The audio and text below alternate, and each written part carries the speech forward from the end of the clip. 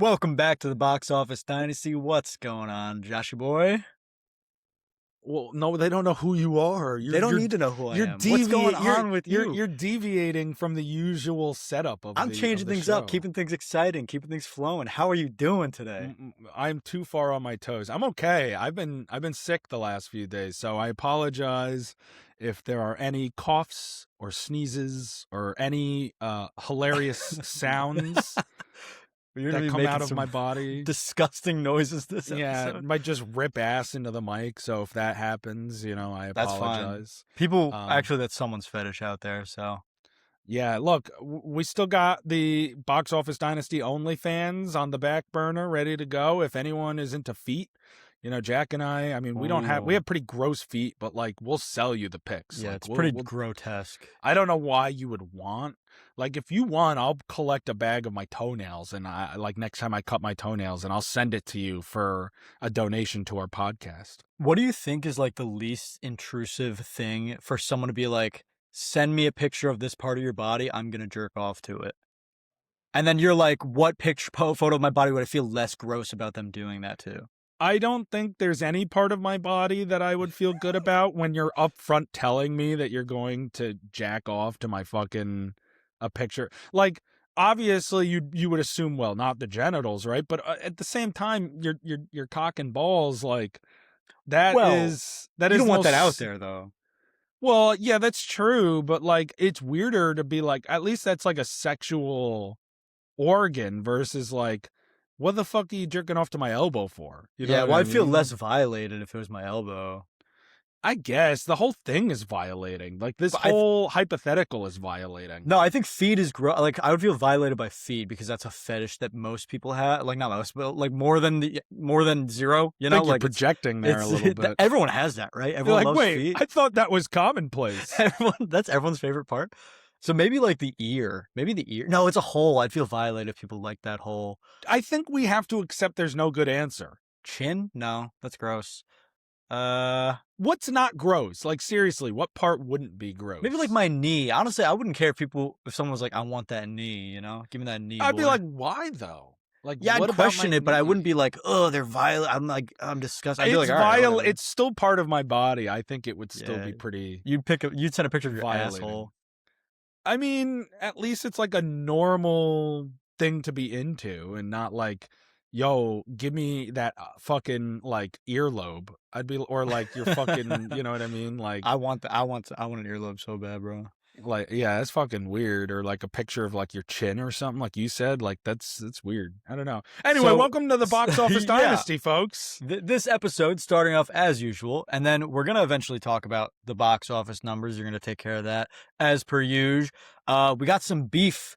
I want to talk about later among some very famous TV shows, very good TV shows. And then the BAFTAs just happened, so we're going to talk about the BAFTAs and some updates for the Oscars race.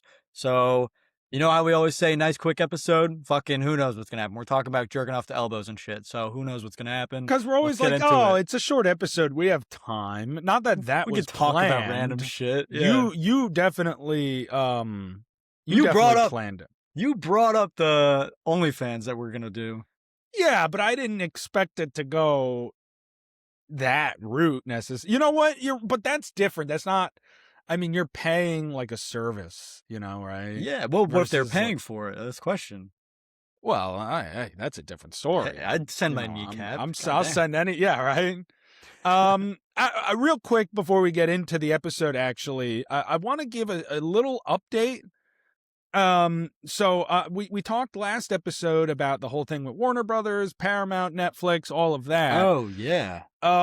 There's no word yet as of the recording of this episode on Paramount's final offer. They have like no time though, right? It should be sometime this week that we get that final offer. So maybe even by the time this episode is out, this could be a little outdated, but we did hear, there has been some back and forth on exactly like how involved the administration is going to be in this process. At one point, Donald Trump saying like, I'll have a say. A little more recently, he said he was going to let it play out on its own. that's a load of crock, in my opinion, because, he has stake in this. And it's also just in general, the government, any administration would be involved in a sale, a merger as Huge. huge as this. So Donald Trump apparently is demanding that Netflix fires the former national security advisor Susan Rice from their executive board, or they will, quote, pay the consequences. So this is coming in the middle of this giant fight for Warner Brothers. Trump referenced Rice on his Truth Social account the other week or the other day, calling her a, quote, political hack, which kind of latches on to this earlier post from, Laura Loomer, who looks, by the way, she looks like a Roblox character. Like, I don't know if you've ever seen a picture of her before. No, but that's kind of sick. She's just like a really far right activist nut job, and she straight up like has the head shape of a Roblox character. So That she could like cosplay and stuff. That's awesome. she actually could if she wasn't too busy sucking the toes of Donald Trump. Ooh. Speaking of fetishes and Lucky OnlyFans, she probably could cosplay as a Roblox character. Anyway, she called Netflix anti-American for associating with Rice. Rice was the national security advisor during Barack Obama's second term in the White House. She was on the board for Netflix from 2018 to 2020 and rejoined again in 2023 after briefly working in the Biden administration. So Ted Sarandos, a quote he said about this is that he said, quote, "We're buying assets that we don't currently have. We're buying a movie studio and a distribution entity that we don't currently have. We'll be adding to the market." He also said there are currently 5 major studios left in Hollywood. There used to be about 10, 8 to 10. If the Paramount deal went through, it would be down to 4 major studios, and the industry would be much smaller under that ownership. So it's not really a big update, but it's just another like blip in the road of, okay, now Trump is getting himself heavily involved and making demands as he does to get this to go the way he wants it to go. He's just leveraging his power in this situation, rather than really doing what is actually best for these companies, the industries, their employees. So I just wanted to put that out there, maybe get your quick thoughts on it. Yeah, I mean it's the same shit that's going on. Just it's just a new expected thing. I mean, we're hearing the same shit, different toilet. You know what I mean? Like we're hearing the same type of stuff coming from his mouth. We're hearing the same kind of updates. It's just like, what's it gonna be today? So I'm not surprised. I mean, I just fucking Netflix needs to. We're waiting on Netflix, right? I was gonna. So at this, we're waiting on Paramount for their Paramount's final offer to match Netflix. Best and final. Well, Netflix can match the best and final offer of Paramount if they so choose. Yeah. At this point, out of curiosity, where do you want to see this go? Netflix, obviously, we would say we would love Warner Brothers to stay independent. That's not going to happen. No. I think we have to lean towards Netflix. They seem to be. I have a slight more confidence in them keeping the theatrical windows and releases at this point compared to the danger that would be Paramount, not even necessarily owning the movie studio, but folding in other branches of news divisions under their umbrella that Warner Brothers has. So obviously the range goes beyond entertainment. Where do you want to see this go? I think the obvious choice is Netflix. I think that Netflix has they had a good system, right? Streaming. They pioneered streaming. It was a good thing when it first started out. You get to watch movies that have been out forever or whatever. And then streaming originals started to come out, and it's like, okay, less things coming out in theaters, but whatever, Netflix owns it. It is what it is. But I don't know if Netflix is dumb enough to have movies like, The Brave and the Bold or Superman Man of Tomorrow or whatever these insanely things that they would own these big franchises that they would own, are they dumb enough to release those strictly to streaming? I don't think so. I think they know that they will make them money. I think that Netflix will still put out movies in theaters that we want to see in theaters. Maybe not as many, but it'll be like the big ones that we're really excited for. I think they will still be in theaters, so I'm going to go Netflix. I agree. And I mean, even beyond, their franchise like DC, which of course everybody wants to see in the theaters, everyone wants to see everything. What about Yeah. Sinners? Would Sinners have had the big popularity that it ended up having, the big, boost without the theatrical release and the hype that came around that? I'm inclined to Well, say no. movies like that, that's my problem is I do think Netflix will see the power of the big franchise movies, but I do think movies that aren't expected to be the greatest thing ever, like Sinners, it was amazing, but no one really thought it was going to be. It was kind of just like an under the radar thing as it was coming out. Um, I don't know if that's something they would see. I see the potential of and release in theaters. I think that might be a straight to streaming type of movie. You Well, know? I mean, right now, they're committing to that not being the case. They're saying 45 days, theatrical release windows, All then right. video on demand, and then streaming. Now, when they close, is that going to hold firm? Who knows? But you're right. There's definitely a concern. I would almost think, though, that the belief system would be we can dump franchises onto streamer because people will still watch it. Now, you're right, though. On the other hand, hypothetically, those will make more money because Yeah. people will see the IP attached and they'll want to go check it out in theaters. But again, Sinners was one of the top 20 box office films of 2025 of any movie, Hollywood or not Hollywood. And it also is one of the top horror box office returns of all time. It's an original story. So that, if anything, should be proof that the people they yearn for the theatrical release and not just for franchises, but also original content. They want it in theaters. I know, but then you look at last year too, and you see like Wake Up Dead Man and Frankenstein, and it's like, dude, if I saw that in theaters, man, come on. Yeah, Like I they think just that they was a missed out. big, I agree. I think it was a huge miss on their part I mean, Frankenstein did get a limited theatrical release. It was in like maybe 1,000 theaters, maybe 5,000 theaters across the country for like a Oh, week or two.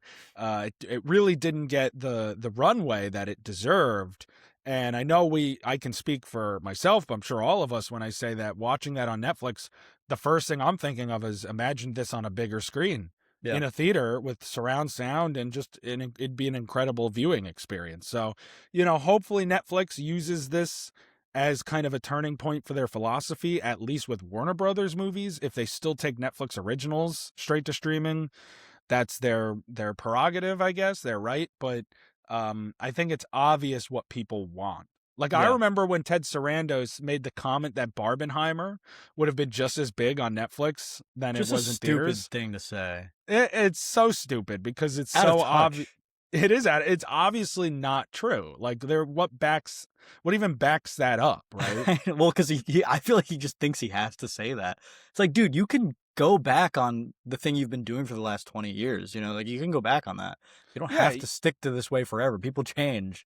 Companies change. Businesses change. and especially obviously we're going to talk a lot about the award race today. Like Netflix has very much positioned themselves in the last 5-10 years as big contenders in the Oscars race every year, and I think a big push for them into this, like they're trying to enter the prestige playground of Yeah. cinema.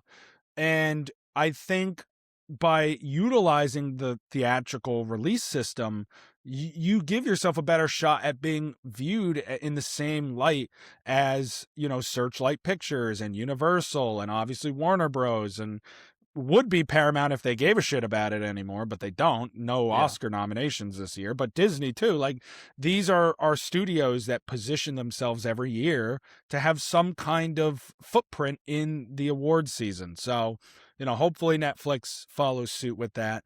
I just wanted to bring that up a little bit here at the start of the podcast. Yeah. Before we move on to what we have scheduled next, actually, speaking of Disney, I actually want to talk to you about something for a minute. Did you see the new Toy Story 5 trailer?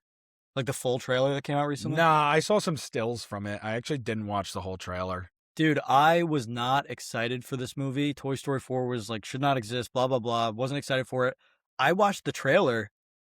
It got me, dude. I'm actually kind of hyped for this movie. It looks really good. First of all, the animation is pristine. It looks fucking fantastic, as expected. But the plot is actually super interesting. The tech versus toys thing. You should definitely check out that trailer when it comes out, or when you get it, when we're done with this, because it actually looked amazing. Yeah, I mean, excitement is tempered. I mean, Toy Story 4 was a good movie. By no stretch of the means was it bad. It just was unnecessary.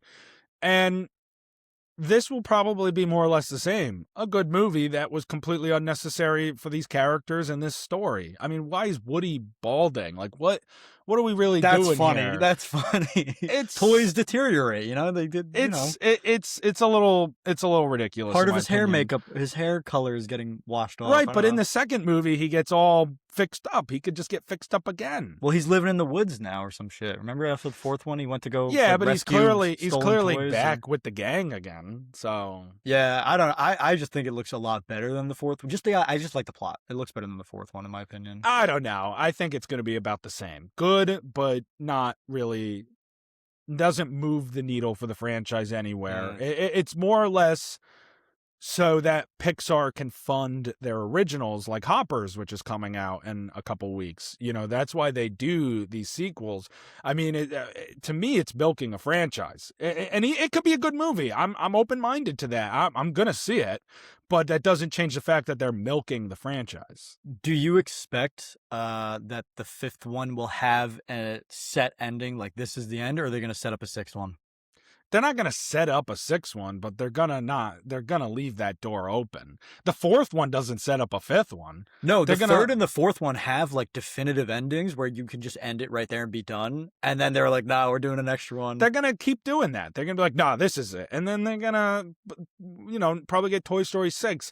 And at that point, you start to dilute the franchise a little bit, in my opinion. I mean, let's say a Toy Story 6 happens. Did we need 3 other Toy Stories after the first 3? It's asinine. Disney loves to do this, dude. It's a Pirates of the Caribbean situation where people see the first 3 and they go, this series is a trilogy.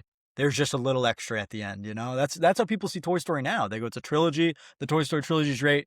There's the fourth one. Pirates of the Caribbean, but great. There's the fourth and fifth one. Right, but then when you get to, if there's a 6, now you have a whole other trilogy. You can't just say it's a trilogy with a little at the end. Then it's the trilogy's only halfway through. It's like the original trilogy and the sequel trilogy, I think I turn the other cheek because, again, this is how Pixar funds their original films, which is what we all want, right? Is the original films. Or if you're gonna, I mean, sure, a third Incredibles will be great, cap off a trilogy of that. Eventually we talked about maybe a Ratatouille 2, but like at a certain point, let the toys be. You know what I mean? Like, and if we think we're not getting an Inside Out 3, we're delusional. Like, of course they're going to make that eventually. They're going to announce that soon. Honestly, that's the one that they can keep going because see Riley as she gets older, 100%. And I'm not saying there should be 10 of them, but let's say they did, even 3 would be great. I'd be happy with 3, but if they should end it, yeah. If they went to 4 or something, it depends how they map out her life. She was younger, then she was a teenager. We'll see her as an adult. Maybe we can see her, later on. Like, I remember when I watched the second one and I thought to myself, like, if they ever did a final Inside Out where she's an older person and like the emotions are all saying goodbye to each other, she's like dying or something. It would break my heart. She's dying. It would break my heart. Kill Riley off. Well, look at Coco. Mama Coco dies. It's terribly sad, but it would be. It's the natural cycle of life. What about the movie Soul? How is that any different? Imagine Inside Out. Fucking Riley's dying and all the emotions are dying inside of her. And they're just all saying goodbye. Think about them if it's like the episode of SpongeBob where they're all like running around in the head on fire. Dude. They're like, what the fuck? They're like the systems are malfunctioning or something. Because they've never experienced that. They're freaking out. Everything's on fire. Oh my God. They don't know what to do. Everything's falling apart. It's a little ridiculous, but tell me it wouldn't be a great like cap end where they like reconcile with their life. Like this is what Inside Out is about. So I think it would be interesting to toy around there, with a couple more movies. But Toy Story, no pun intended before, but Toy Story, I think it's reached its organic end, personally. Yeah, I see that. I'm just like Mandalorian and Grogu, so I know you disagree with this also, but the newest trailer for Toy Story 5, newest trailer for Mando, it got me a little excited when I really had no excitement. So I'm more excited for Toy Story 5. Mandalorian and Grogu looks like fucking ass. I know you're very anti-Mando right now. It's just season 4 of the show turned into a movie. It's a good show. Not anymore. Well, season 3 was genuinely dog shit. It's not a good show anymore. And Book of Boba Fett sucked If too. you look even at the trailer where everyone's like, this looks great. If you look at stills from the trailer and compare it to the way season 1 was shot, night and day. It just looks fun. It looks fun. Not even close. It looks like a little side quest. It's going to probably be in your top 5 movies of the year, I'm sure. Dude, but usually I'm the hater of this podcast. You're the hater these days, huh? I'm not. No, I'm the hater of this bullshit where we're like digging up skeletons of franchises and shows and stuff that just have met an organic end. Like, they kind of butchered Mandalorian and The Mandalorian. They fucked up that. Once they did the shit with Book of Boba Fett, I checked out. I was like, season 2 was the perfect ending for that. Yeah, I just think that they're dragging it in the mud. I'm gonna see the movie, but half of the reason I'm seeing the movie is because of the podcast. So we're gonna have to talk about it. You know what I mean? So like, I can't sit here and say it's even close to my top anticipated film of the year coming up the rest of the year. It just looks. It's an honorable mention. No, not for me. It just looks ridiculous. All right. I'm actually more excited isn't the word. I'm actually, as much as I don't care about this movie, more interested in Doomsday than I am in this movie. I'm hyped for Doomsday, dude. You're a fucking hater. You're such a hater, dude. You're gonna give Doomsday like a 10 out of 10, and it's just gonna be the Russo brothers like crashing their toys together. Like, dude, I already giving it 10 out of 10 just because I saw Cyclops in his comic accurate uniform. That's it. He's wearing a costume. I'm like, yeah, this is the best movie I've ever seen in my life. But also, I think I'm going to like Doomsday a lot more. We're getting off on a huge tangent from Toy Story 5, but I'm going to like Doomsday a lot more just because I'm more connected to the X-Men than you are. And I think that's a huge draw that they're trying to be like the nostalgia of the X-Men. But that doesn't work anymore, in my opinion, when they've said goodbye to this era of the X-Men like 5 fucking times already. Yeah, they did do that. You know what I mean? Well, so I don't want them to leave. I like them. For God's sakes, Ian McKellen's got like a foot in the grave already. Like, this is getting a little silly to me. Yeah. And also, I was talking about this the other day. What made the Infinity Saga so enriching was the interconnected stories that were all, the characters and everything was leading to a certain point. That's not happening here. What's happening here is Marvel and Disney have gone too far into the multiverse deep end. We as a society, I think, as a culture, are starting to move past that as our big hype, the multiverse stories in general. No, I don't think many people like multiverse. I don't. You know what I mean? It's just, I miss when a movie could be a movie. Now everything in Marvel is connected and branches and realities and different Earths, and it waters the product down for me. You know what I mean? Like, it's just ridiculous. It's just a little plainly ridiculous. Well, and this movie, what made Infinity War and Endgame so satisfying is that it was, again, we were following along on this journey. I mean, we haven't seen Shang-Chi in like 4 years.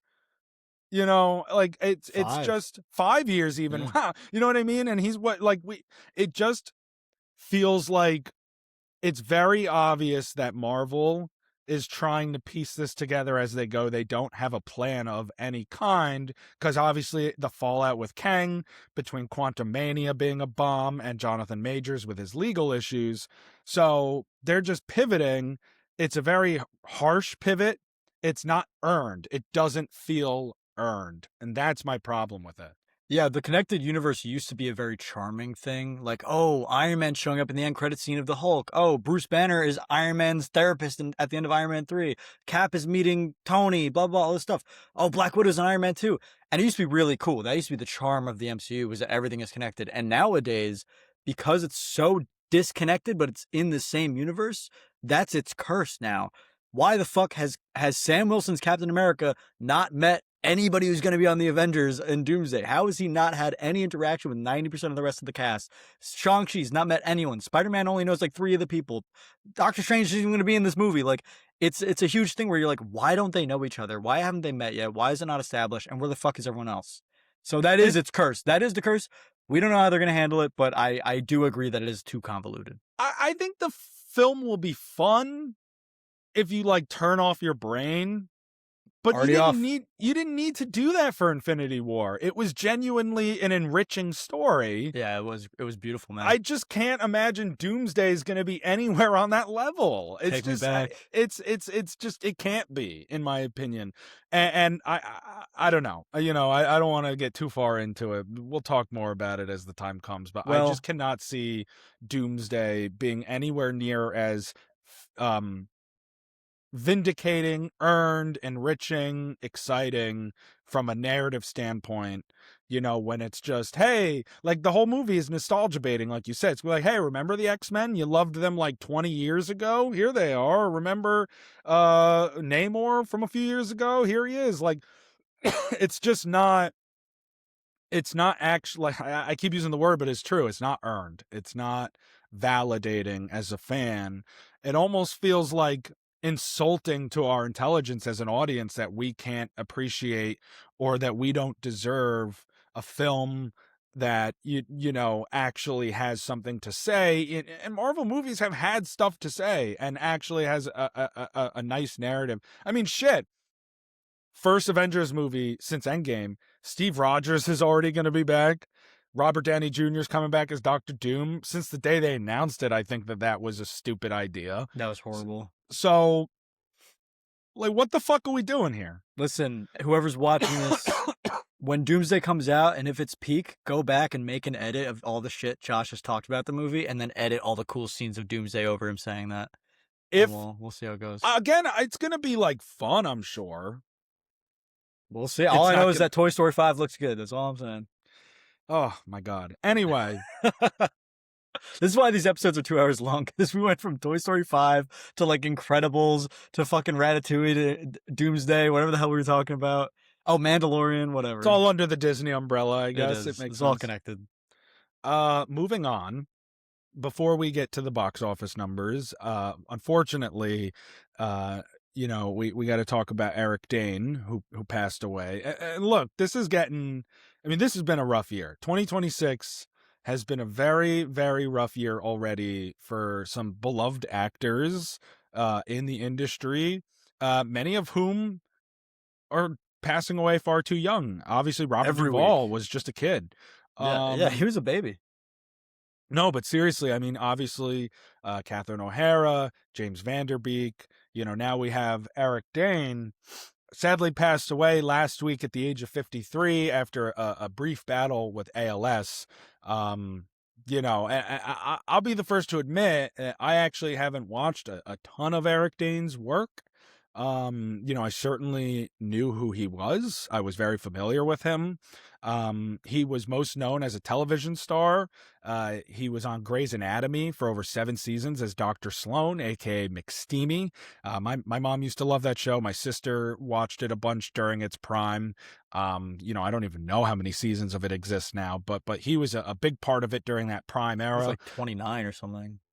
Something absurd. He also later was known for his role on Euphoria as Cal Jacobs, the Angus Cloud's dad, who also unfortunately passed away. Damn. Yeah, you would know him, Jack, from X-Men: The Last Stand. Is he a villain? No, I don't think so. Fuck, who is he? He's Multiple Man. He is a villain. Oh, I don't know. I'm not He's really big Multiple Man? Yeah. I literally like watched that scene a couple days ago. Maybe that's why it showed up. He gets recruited by Magneto when Magneto rescues Juggernaut, Multiple Man, Mystique. Wow. I did not know that. Okay, cool. Yeah, so I knew you had seen him from there. I knew that would reel you into this. I honestly look so different without the beard. He doesn't have the beard in Multiple Man. Yeah. I watched that clip the other day too because of what happened, and no, I mean, they make him look a little younger. I mean, what year did that movie come out? 2007, maybe? So, you know, he was already younger. I mean, he was only 53. when he passed away. So he came out with his diagnosis publicly in April of 2025. I don't know exactly when he was diagnosed, but that's when he came out with it. Became bound to a wheelchair by October. Again, I'm not as familiar with all of his work, but this one still got to me just because, ALS is like just one of the most brutal things, brutal diseases. It means essentially a death sentence, and it just breaks my heart because an actor like him is healthy in the middle of his career, definitely still had more to give us. Probably could have done way more. Euphoria, which actually I do think he recorded scenes for season 3, which comes out later this year. But yeah, I mean, even without being huge into his work, this one still got to me just because of the way it happened. ALS is really upsetting. It's really terrible. I feel for his 2 daughters that he leaves behind. I watched some clips from, he filmed that special on Netflix called Famous Last Words that was scheduled to release once he passed. I don't know if you saw that happened. I saw he had something. I didn't watch it. So I didn't watch the whole thing. It's like 50 minutes, but I saw parts of it, and it really got me emotional. I mean, this is such a tragic loss. I know there's a ton of fans out there of Grey's Anatomy, of Euphoria, of all of his work.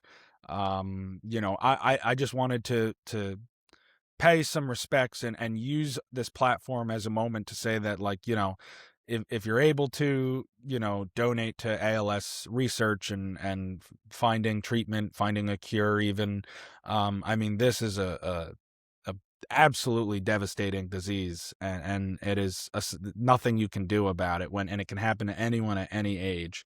Did you ever dump ice water on yourself?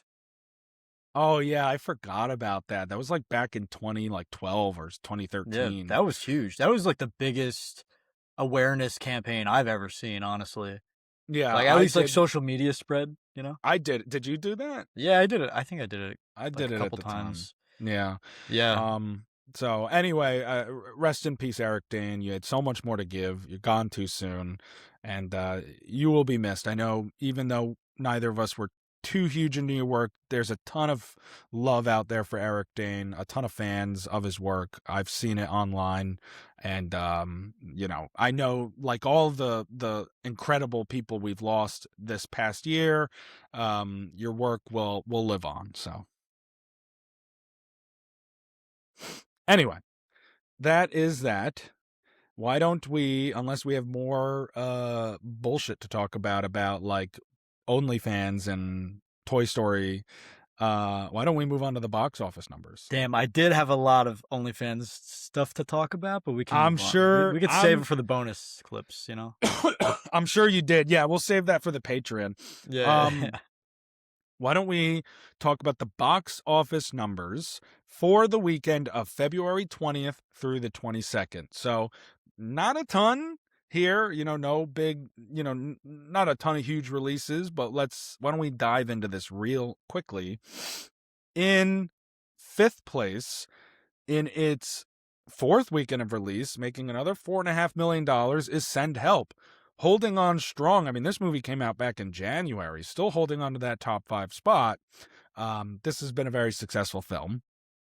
In 4th place, in its 2nd weekend of release, making $5.7 million, is the new thriller Crime 101, the one with Chris Hemsworth, Mark Ruffalo, Barry Keoghan, and Halle Berry. I haven't seen it yet. I'm still interested in that. It looks like a fun movie. In 3rd place, the only movie in the top 5 this weekend to be the new release, making $8 million in its opening weekend, is a film called I Can Only Imagine 2. What is this? Like TOO? Like 2, like a sequel. It's a sequel. Okay. Like the number 2. Yeah. It is the sequel to a movie that came out in 2018 called I Can Only Imagine. And it is this one. Is there anyone that we even know in it? Dennis Quaid. Okay. You mean Jack Quaid's dad? Dude, facts. You mean the guy from The Substance with the fucking shrimp? He eats his coconut shrimp, bro. fucking disgusting scene. Yeah. Yeah, it looks like it's about a musician, something like All that. right. So, Don't care about that at all. and clearly there's an audience. I mean, neither do I, but there clearly is an audience for it. $8 million. You It's say quiet weekend. musician, and it loses me. Just because we've gotten so much stuff about musicians lately, and we're getting the Michael Jackson one that actually Well, it's looks not a good. it's not a biopic. It looks fictional. Yeah, even still, I'm just like, all right, let's get a new character in here. Okay, Let's get a superhero in that movie. Yeah, we haven't had enough fucking superheroes, right? Let's get Mando in that movie. Yeah. In second place in its second weekend of release, dropping down from number 1 to 2 with $14.2 million more dollars, is Wuthering Heights. So the film still is a success from a financial standpoint, grossing $151.7 million worldwide through 2 weeks of release. So even though it drops from the top spot, Wuthering Heights is still maintaining top 5, and it's doing well.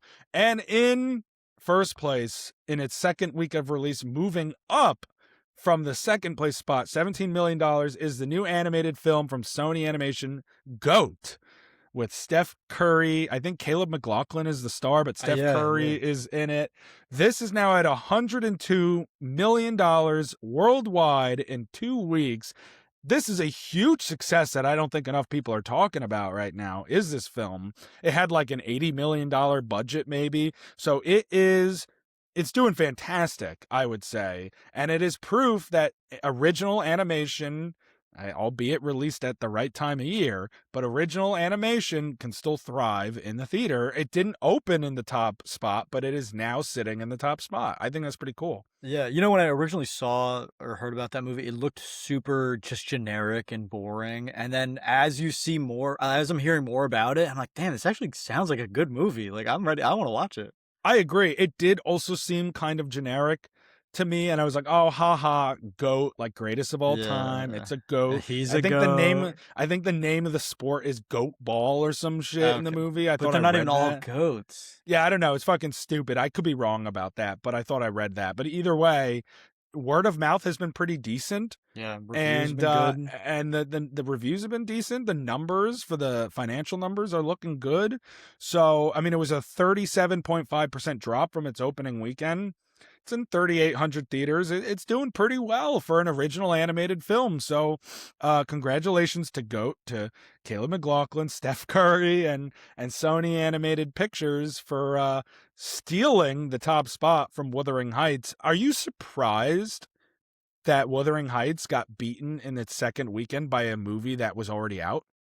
No, I think the Valentine's Day weekend was like Wuthering Heights' prime. And then I just expected it to just drop ever since. You know, that's like when everyone's going to see it. And I don't know if many people are seeing it after that weekend, you know?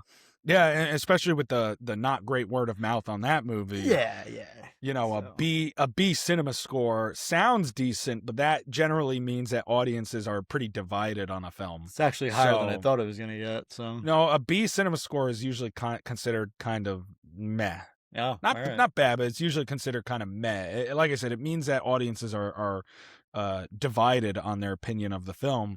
So I agree. I think it had its window.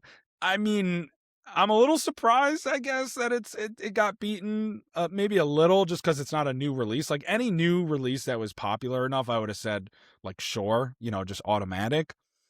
But no, Goat. I mean, it's a family movie, right? Compared to Wuthering Heights, is definitely not a family movie. So, you know, people taking their kids out, especially with all the snow that we're getting. You know, there's not much else to do. School is closed. Why not check out the Goat? So, you know, congrats to them. Yeah. Those are your box office numbers for the weekend of February 20th through the 22nd. Dude, we got some beef to talk about. So, for those of you who don't know, Breaking Bad Season 5, Episode 14, Ozyspamdias, has held the title for the highest rated episode on IMDb of all of television for the last decade or so. I think the episode came out in like 2013. And it's always been the highest rated episode of all time. The only episode of all of television to have a 10 out of 10. A couple weeks ago, A Night of the Seven Kingdoms released Season 1, Episode 5 that had, when it came out, a 10 out of 10, which dropped down to a 9.9, but, you know, it's very close to competing with that Breaking Bad episode. And the timeline of it, as far as I know, is that Breaking Bad fans have review bombed A Night of the Seven Kingdoms season 1 episode 5 so that it dropped way, way down now to like a 9.6, 9.5 on IMDb. So something that was in the top 5 episodes of all time has dropped below.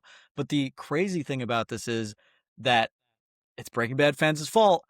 Night of the Seven Kingdoms fans have now gone to the greatest episode of all time for the last 10 years and have review bombed it to shit. So now it's not even not only is it not the highest rated episode of television, it's not even the highest rated episode of Breaking Bad now. It's at like a 9.6 also.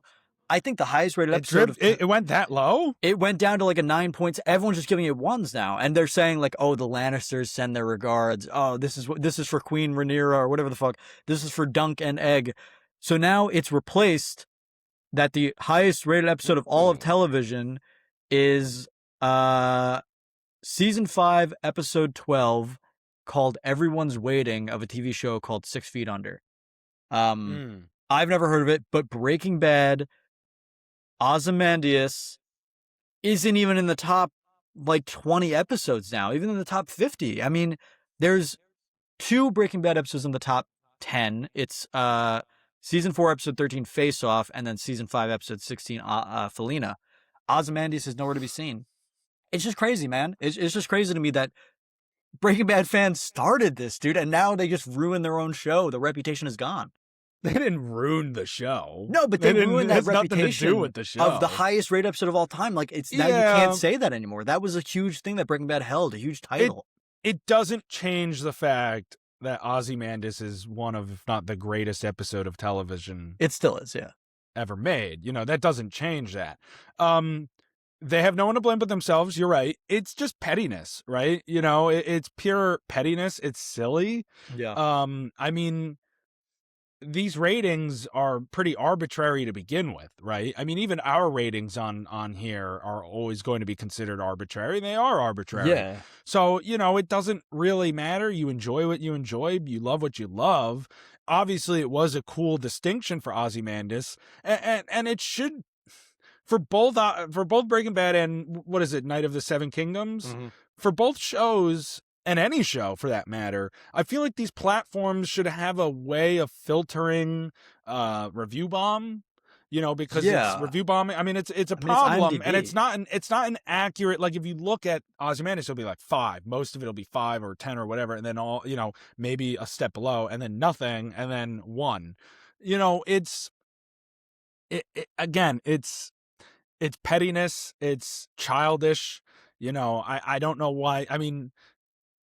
At risk of making a pun, with the box office numbers, but 2 goats can coexist, right? two goats can. 2 goats can. 2 legends can coexist. There's a ton of great shows that exist in those top tier IMDb ratings. You have Game of Thrones, you have The Sopranos, you have BoJack Horseman, Last Airbender, you have The Last Airbender, you have The Clone Wars, you have The Leftovers, you have 6 Feet Under, like you said. So there are a ton of shows that can exist in this realm of just incredible television, different kinds of shows that can exist in this realm, and not everyone's going to like everything. I don't really watch Game of Thrones in that franchise, but I respect that it exists in that realm. I have no problem with it, certainly enough to go review bomb episodes. It's just not important. Such a pussy if you do that, dude. So you are a pussy if you do that. And so I agree. I think it's just pettiness out of people who hate to see. I mean, there was no threat to Ozymandias. It was still 10 out of 10. It was still the 10 out of 10 episode. Yeah. Maybe there would have been 2 10 out of 10s, which would have been cool, man. To I don't get even another. Think, but when I read this, I don't even think that episode was a 10 out of 10. Wasn't it at like 9.8, 9.9? It was 9.9. Yeah. And yeah, there's but people were. I think they were scared it was going to get up there. Because apparently it's fucking awesome. Neither of us have seen A Night of the Seven Kingdoms. I'm planning on watching it soon. But apparently it was a great episode. So I don't know. It's so dumb. I'm sure it is. But even Heated Rivalry has episodes up in 9.7, 9.8 that was territory. In the top 20 episodes of all time or something. Or top 30. So, I mean, again, it's just petty. It's stupid, in my opinion. That people care that much. Off the top of your dome, your shiny, beautiful dome, What are some other episodes that you maybe aren't in the conversation for top 10 or top 100, but like episodes that are so great that they're your 10 out of 10 for you? They stand out for you. Well, talking about BoJack before, the episode "The View from Halfway Down" is one of the best things I've ever seen. I Um, think you didn't check the list beforehand, right? n- That episode is the second highest rated episode of all time now.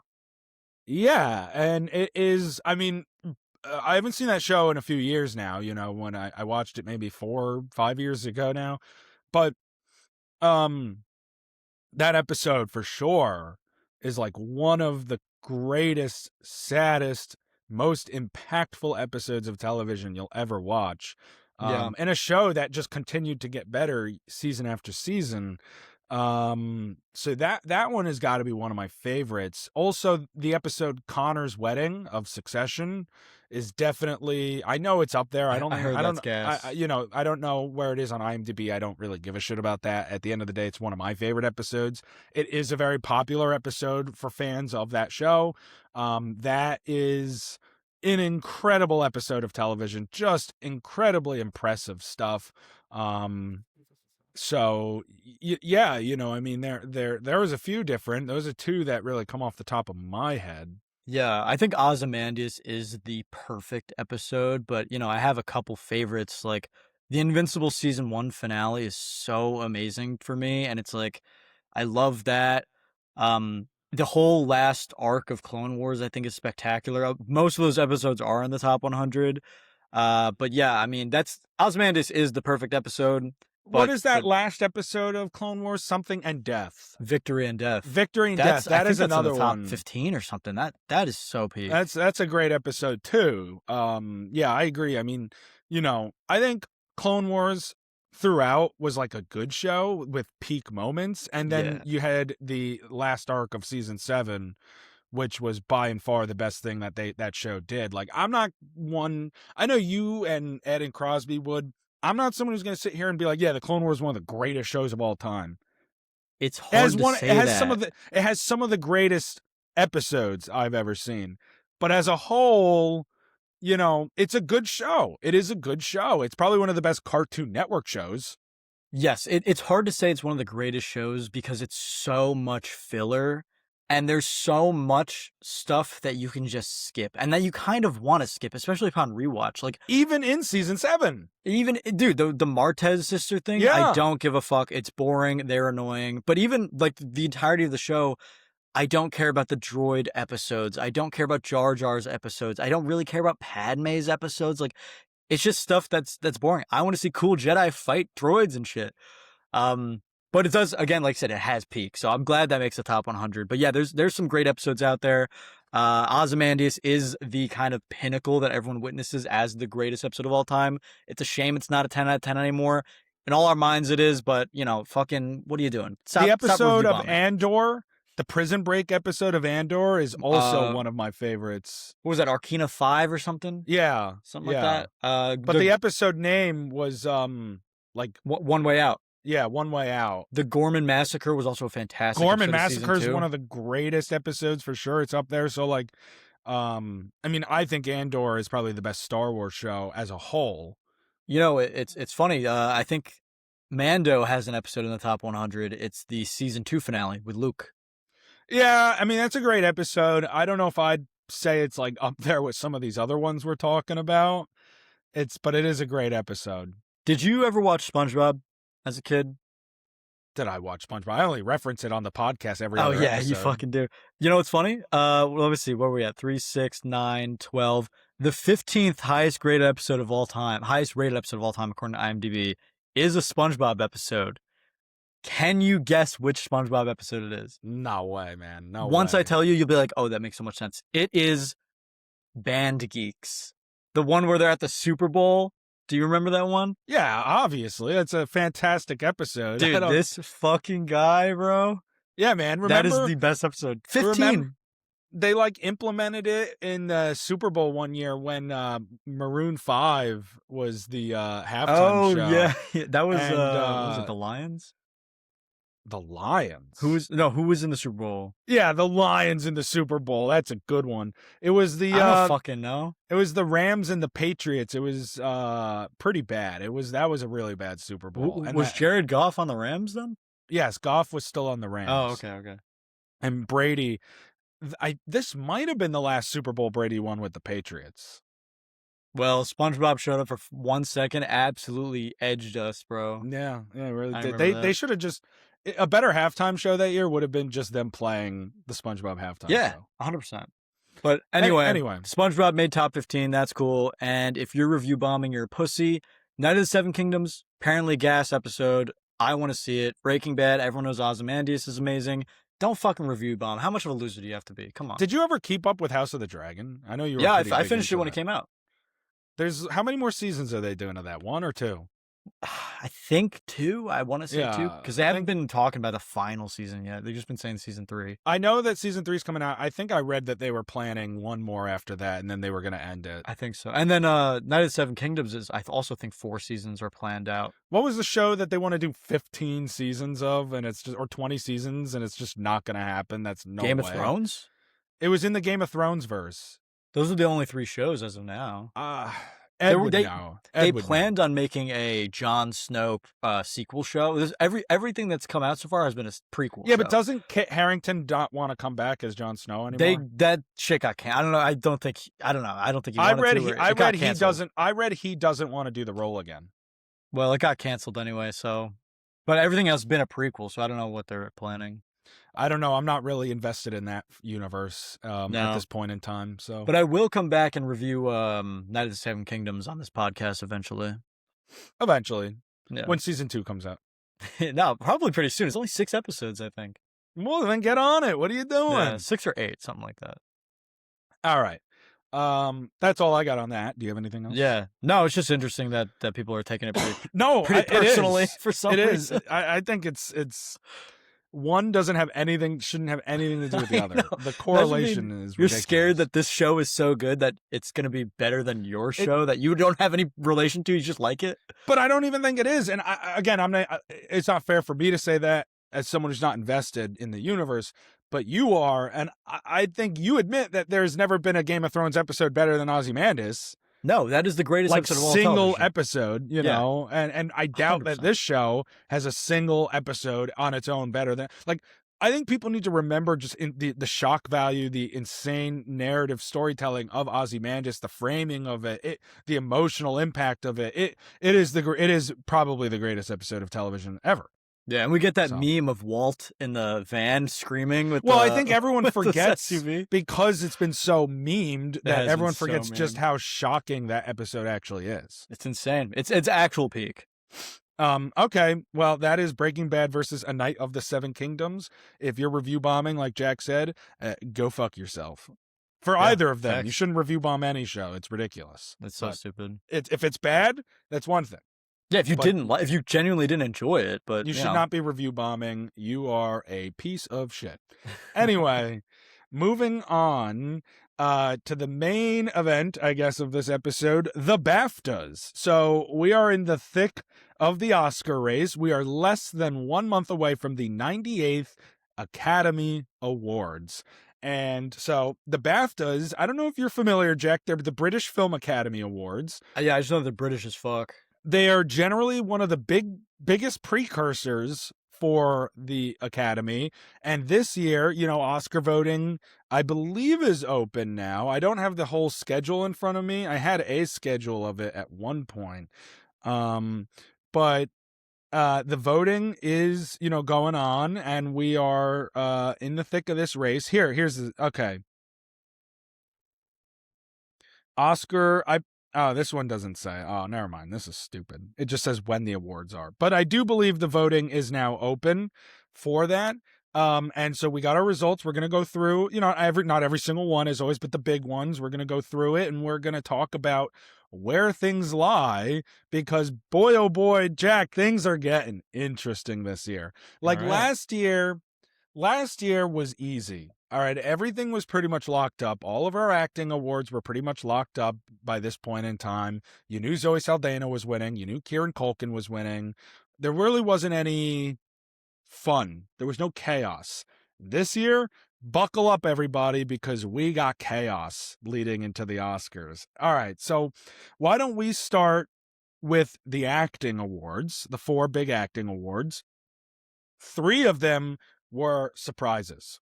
One of them was not. So we'll start with the one that was not, the only sweeper that we should expect this year, and that's Best Actress, because in Best Actress at the BAFTA was won, of course, by Jessie Buckley for Yeah. Hamnet. Knew that That was happening. what I expected to happen. I think that's what most people expected to happen.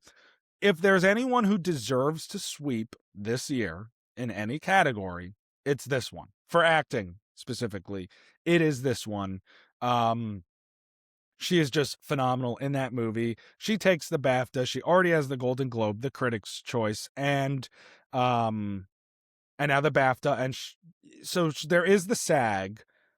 Even if she lost out at SAG, which is the Screen Actors Guild Award, she's going to take the Oscar at this point. Like, she has that. I mean, you called it the second after you saw the movie, so Back in November. Yeah. Look, Rose Byrne for If I Had Legs, I'd Kick You is the only real competition at this point.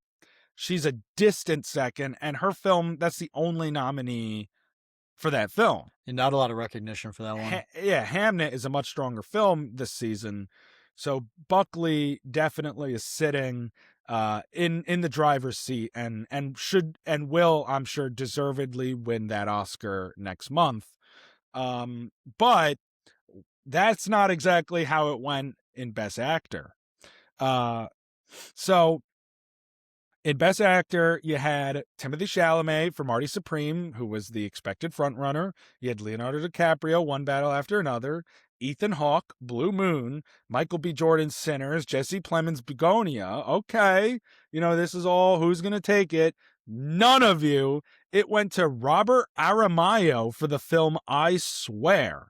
The fuck is that? Now, look, it's the BAFTAs. They like their British films. Robert Aramayo gives apparently a pretty good performance in this movie. I've never seen it.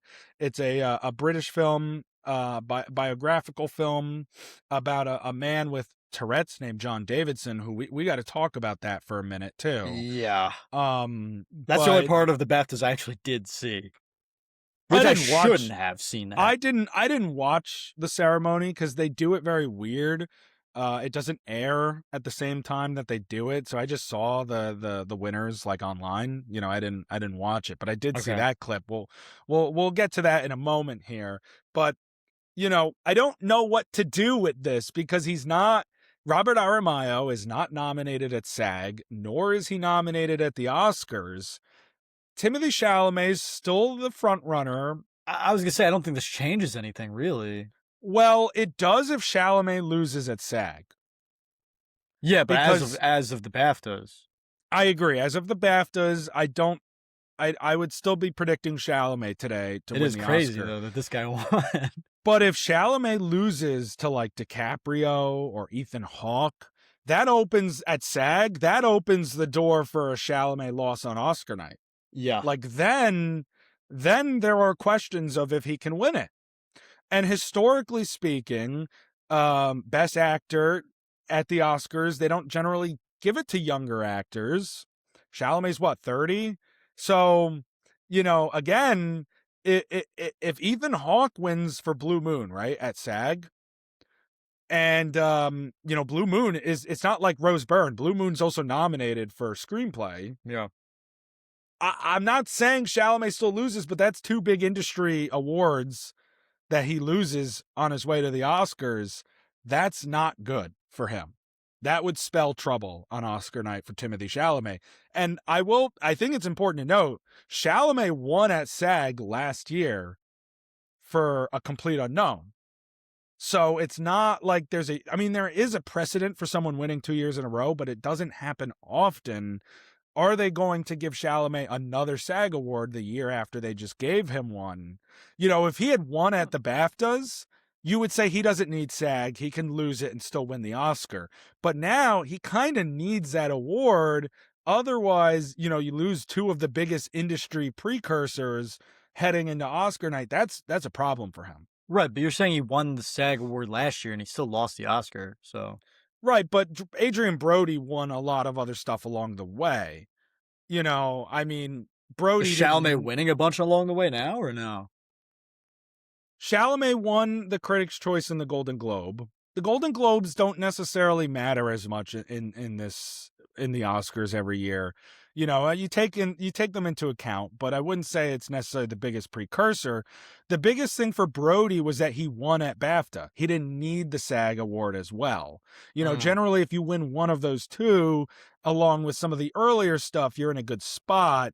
But for Chalamet to lose at BAFTA, now if he loses SAG as well, it's not that he can't win still, but you have to think about when voting is taking place. It's happening right now, not Yeah. 2 months ago. And there is questions, are people put off by Chalamet with his intense, promotion and marketing of the film, how outwardly he's pushing for the Oscar. I don't think it should, but, again, I'm not in the minds of voters, right? And I'm just seeing the results as they come in, and I'm seeing Chalamet lose where I thought we all expected him to win at the BAFTA. Again, as of today, I'd predict him, but if he doesn't win next week, the door is open.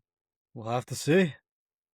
I do want to segue for a moment before we continue with the others, just to talk a minute about what we're referencing to with John Davidson, who Robert Aramayo was playing in that film. John Davidson has Tourette's, and during the ceremony, at one point, Michael B. Jordan and Delroy Lindo were on stage presenting an award when Davidson blurted out a racial slur that didn't get cut out of the original broadcast. Bro screamed the N-word, didn't he? Yes. Yeah. When two black guys are up on stage, like, what's going on? It's a complicated situation because, again, he has Tourette's, and so these tics, they're not necessarily something he can control. At the same time, it's not fair for Michael B. Jordan and Delroy Lindo to be put in that position. And I don't know if he blurted other stuff out during the show or not. It's unclear at the moment to me, but in general, the whole situation is just a very sour taste. You know what I mean? Like, it leaves a very sour taste. You don't really know how to make heads or tails of it. They censored it for audiences, but you just said that it's not like a live thing, right? Don't they? It comes out afterwards? That's what they cut. There was another person who won an award who made a proclamation about freeing Palestine, and they cut that out. Why would they not? I know they censored it, but why would they just not cut that? I mean, that is awkward. It's weird. You could just skip that because Michael B. Jordan and Delroy Lindo go on to present. They sit there a little awkwardly because what else are they going to do? And then they go on to present their award. They're definitely bothered by it, but you got to give them, all the props for their class. Yes, and they held it together. Their professionalism in that situation. And honestly, you could have just cut that. It's a weird thing to be like, let's leave this in. I think it was important. I think John Davidson did come out with a giant apology and everything. And, I know there are some people online who are still saying, well, even if you can't control saying it, you're thinking it, that you're racist, this and that. That is the question. I'm not going to speculate. It is not my place. I'm not familiar enough with Tourette's and how it works. So I am not going to comment necessarily on if I think he's actually racist or not. No. It's just an unfortunate situation. I don't think people should be claiming him to be racist. I do think they're questioning why he would say that specifically. And I don't know how the tics really work. I mean, I know you just say shit and you don't mean to say it. I don't know what word comes out of when and where, but it's hard to overlook the timing of it, obviously, Yeah, it's just a very uncomfortable situation, and it's very I just don't know why they fucking left it in. It's just Alan Cumming, who is the host, who's going to be in Avengers Doomsday, actually. Who is my Nightcrawler. Yeah, he's the host of the BAFTAs this year. Probably teleported away after that. I wouldn't blame him. He came out on the stage and he said something, in defense of Davidson and everything so that everyone understood the context of the situation. Yeah. And I understand that, but at the same time, I think the BAFTAs owe it to Jordan and Delroy Lindo to say something for them too, because obviously too often, what is it that black people are the ones that have to put up with it and don't get the defense on their side, and Yeah. again, they were the ones who were put in this really uncomfortable situation that they didn't deserve. I mean, it's embarrassing in front of all their peers, right, and in front of the world. When you're televising it, you're not cutting it out of the broadcast. So yeah, I it's a tough situation for everybody involved. And so I'll leave it at that, but definitely think that Michael B. Jordan and Delroy Lindo deserve better. Yeah, it's hard to argue against, like, they were, whether it was on purpose or not, it was directed at them specifically. It was when they came on stage, so they definitely deserve an apology. Imagine being next to the guy who said it, but not knowing he has Tourette's, and you're like in the audience with him. You're like, Jesus fucking Christ, dude! Like, holy shit! I Why'd you think say actually that? someone like prefaced some of the people around him beforehand about Yeah, it. you So have to be warned. you, You're like, you, holy fuck! yeah, you really do, because you'd be sitting there and be like, what? Wait, Yeah, wait. Did whoa! he just? Whoa! Did he just like? Do we all hear that? You're like scooching over to avoid. I saw It wasn't something. me. It wasn't me. I saw something funny online. Someone was like, you know how they can make light of this at the Oscars is if when Conan comes out, Michael B. Jordan from the crowd screams "Ginger" at Conan. I think that would be hilarious. I can totally see Conan doing that. I don't know if they're gonna do it, but that would be great. Now, What was the guy's name that said it? John Davidson. I think that'd be a little offensive to with Tourette's to like make fun of that he said that. But it's hard. This Probably. is a slippery slope because like it's almost like hate crime levels. Like I'm not gonna say he committed a hate crime because he didn't obviously mean to, but it's like they got hate crime in a sense. So like them making fun of it is definitely a way to like cope with it and stuff like that. And I think they should do something. But at the same time, it's like a Tourette's thing, so you can't really make fun of the fact that he said it. I It's know a whole you're thing. either making your bed and lying in it with the racial attack, or you can make some sort of comedic piece by being a little ableist. It's like I don't know what to do in this situation. Just forget about the whole thing. But it would be funny if that happened at the I would love that. it would get a chuckle out of me, admittedly. Yeah. Not that I think it's appropriate to make light of Tourette's. It's more making light of the situation. Yeah, because it's a fucked up thing. So anyway, that's what happened. And then Robert Aramayo won for playing John Davidson. You know what was really cool about that, actually, while we're talking on this whole John Davidson I Swear movie thing? Robert Aramayo he's clearly shocked. He's not expecting to win at all, obviously. He goes up on stage and he gives this really great speech. This is one of the other things. Like, I didn't really watch a lot of speeches. I watched 4 clips. One was that. One was Wunmi Mosaku's speech that she gave. A little bit of a spoiler there, but just whatever. She gave a speech, and Ryan Coogler was brought to tears. Ryan Coogler up on stage trying to accept an award on behalf of Ludwig Göransson and stumbling trying to give the speech. That was funny. And then Robert Aramayo, his speech, where he talks about Ethan Hawke came to his class at Juilliard and gave a speech that really resonated with him, and talked about longevity as an actor. And it cuts to Ethan Hawke, and he's clearly moved, and he turns to the person next to him, and you could see him mouth, "This is better than winning."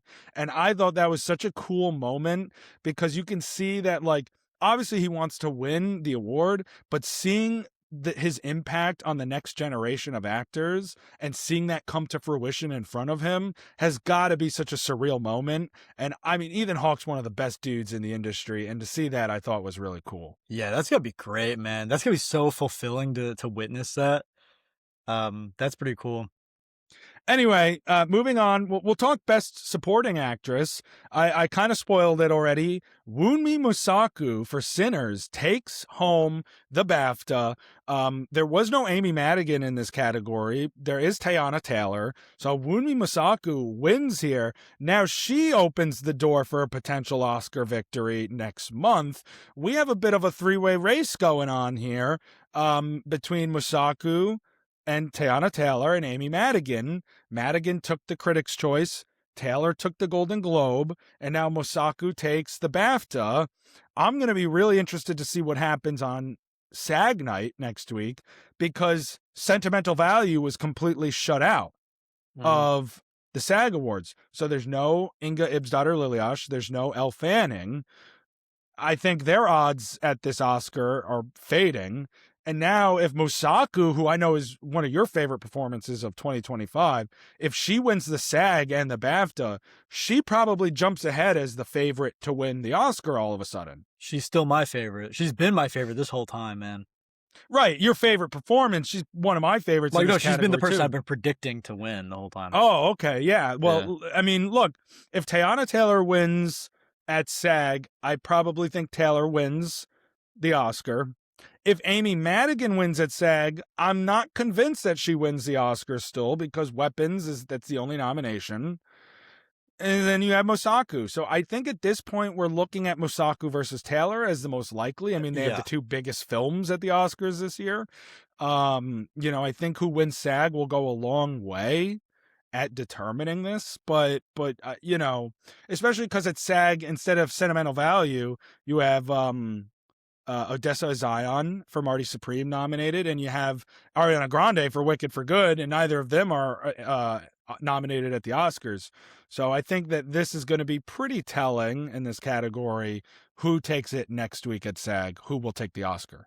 Yeah, this is tough because, I mean, I've said this before, but I do think that Woonmi, Best Supporting Actress, is the only chance that Sinners has to get a acting category at the Oscars. So I think that she's still going to take it. I think One Battle has other opportunities, especially in Best Supporting Actor. That's what I think. We've talked about that, but we'll get to that in a minute. But I do think this is the only chance for Sinners to get something at the Oscars. So I'm still hoping Woonmi Mosaku And you would wins think the with Oscar. all the nominations and the fact that it is considered the front runner for the new Best Casting category, you would think it would come away with at least one acting win of the four. I think it's got to get one. So, now, if Teyana Taylor wins at SAG, does that change your approach at your predictions? Because it's not like when last year, Demi Moore won at Critics' Choice, Golden Globes, and SAG. This was obviously Best Lead Actress, but she won all three of those. Mikey Madison just won the BAFTA and then won the Oscar that night. So there is precedent for Mosaku to still lose at SAG, take her one BAFTA win, and win the Oscar. If Teyana Taylor wins the SAG with her Golden Globe as well, do you change your approach at your prediction, or do you still think Mosaku's got the Oscar? No, I still give it to Mosaku. Teyana Taylor's always been the second choice for me, but I think Mosaku's got it. Okay. Just to give that Sinners representation also. I think that's also taken into account. Because I feel like there's some underlying thing of like, we got to give him something, you know? And Mosaku's in the movie more than Taylor is in One Battle, for sure. Yeah. I don't know the exact screen time, but I mean, Taylor's in the first like 20, 30 minutes.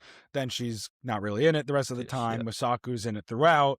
So look, even if Taylor wins SAG, I might lean Taylor, but I could see Mosaku still taking it Oscar night. I mean, if she didn't win the BAFTA, it'd be over, right? Like she wouldn't have a chance in my opinion. Right. But with the BAFTA win, the door is wide open. It's a race. We have a race here. Yeah. The most chaotic race is Best Supporting Actor. It's been like that. This is a fucking nightmare. I have no idea who's winning the Oscar at this point. So Jacob Elordi wins at Critics' Choice. Stellan Skarsgård wins at the Golden Globes. And now Sean Penn, out of nowhere, who hasn't really been campaigning this year, has won the BAFTA for Best Supporting Actor. He's been my choice. Sean Penn. So we're in a really crazy spot here where going into Oscar night, we might not have any idea who's the front runner because everyone has collected a different precursor. Was Benicio del Toro nominated? Yeah, so in the nominees in this category, Sean Penn, Benicio del Toro, Jacob Elordi, Paul Mescal for Hamnet, who didn't make it, into the Oscars. Yeah. Peter Mullen for that movie, I Swear, and then Stellan Skarsgård, who is not nominated at SAG Skarsgård. So Conan O'Brien was also nominated for If I Had Legs, I'd Kick You, right? Dude, but he deserves the Oscar. Yeah, dude, imagine Conan O'Brien.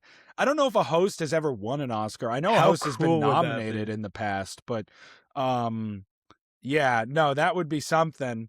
Look, and Stellan Skarsgård, who I think most people assumed was the favorite to this point, Yeah. he's not nominated at SAG at all, which means that he will go into Oscar night with just the Golden Globe. I'm not sure I feel good about his chances of winning the Oscar anymore with just the Golden Globe victory. I'm still leaning Sean Penn. That's who I think is going to win.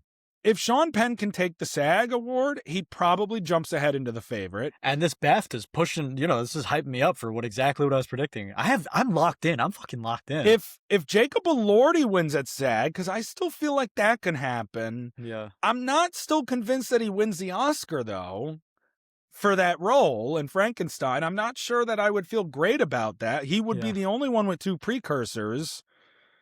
And then the real kicker will be if Benicio wins at SAG, which means we'll have no idea what to expect Oscar night because everyone will have taken a different precursor. As of now, who are you predicting to win the Oscar?